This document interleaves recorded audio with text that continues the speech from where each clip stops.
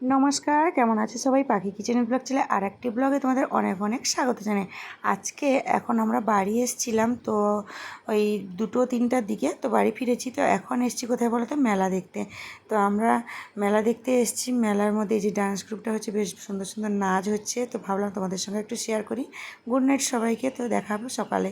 তো সকাল সকাল উঠে এখানে কি করছি বলো তো? 3জন ননদ আর দুই মানে দুই ননদ আর আমার ভাইয়ের বউ, আমার বন্ধু মতো আমরা 3জনই থাকি। তো যাই হোক, এখানে দেখো 3জনে মিলে এখানে শাক বাসি সকাল সকাল।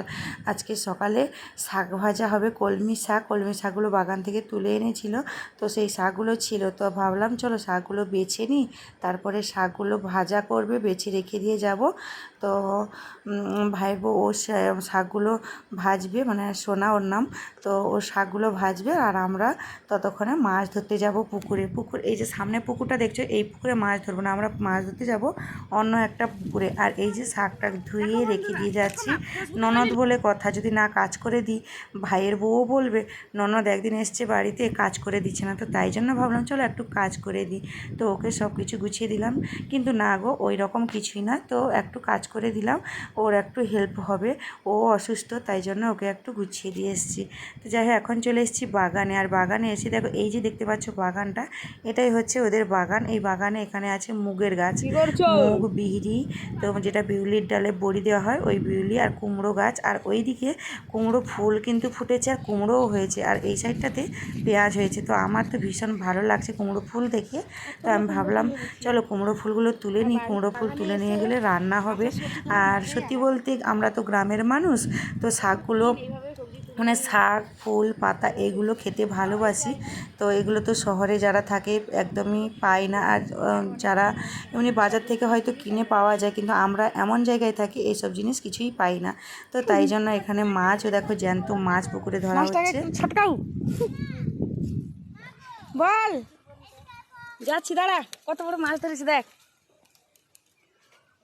খাও খসা তো আর গোটা হা সুপ কোনে থইলা 5 মিনিট, কত বড় মাছ। 25 মিনিট বুঝছি। এই যে আমার জালের সাইজ বড়বড়িয়া জাল বল কি কথা, ই মাগো সর্বনাশ।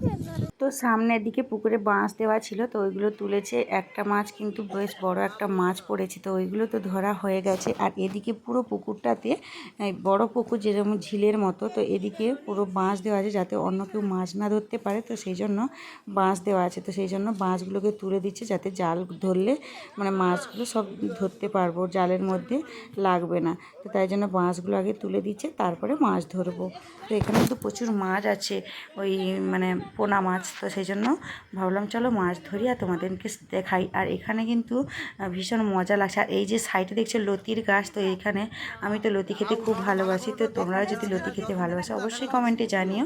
এই লতিগুলো না আমি এখন পুকুরে আছে, তো আমি এই জন্য দিদিকে বললাম যে লতি হয়েছে মনে, দিদি বললো তুলে নে, রান্না করবে, ঘরে নিয়ে যাব, রান্না হবে।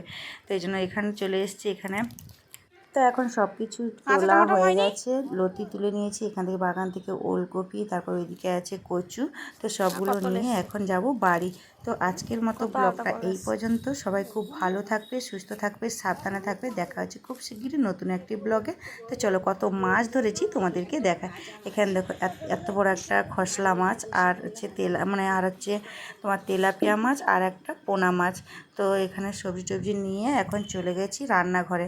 তো ব্লগটা কেমন লাগলো অবশ্যই কিন্তু কমেন্টে জানাতে ভুলবে না। তো টাটা সবাইকে, সবাই খুব ভালো থাকবে, সুস্থ থাকবে, সাবধান থাকবে। দেখা হচ্ছে নেক্সট ভিডিওতে।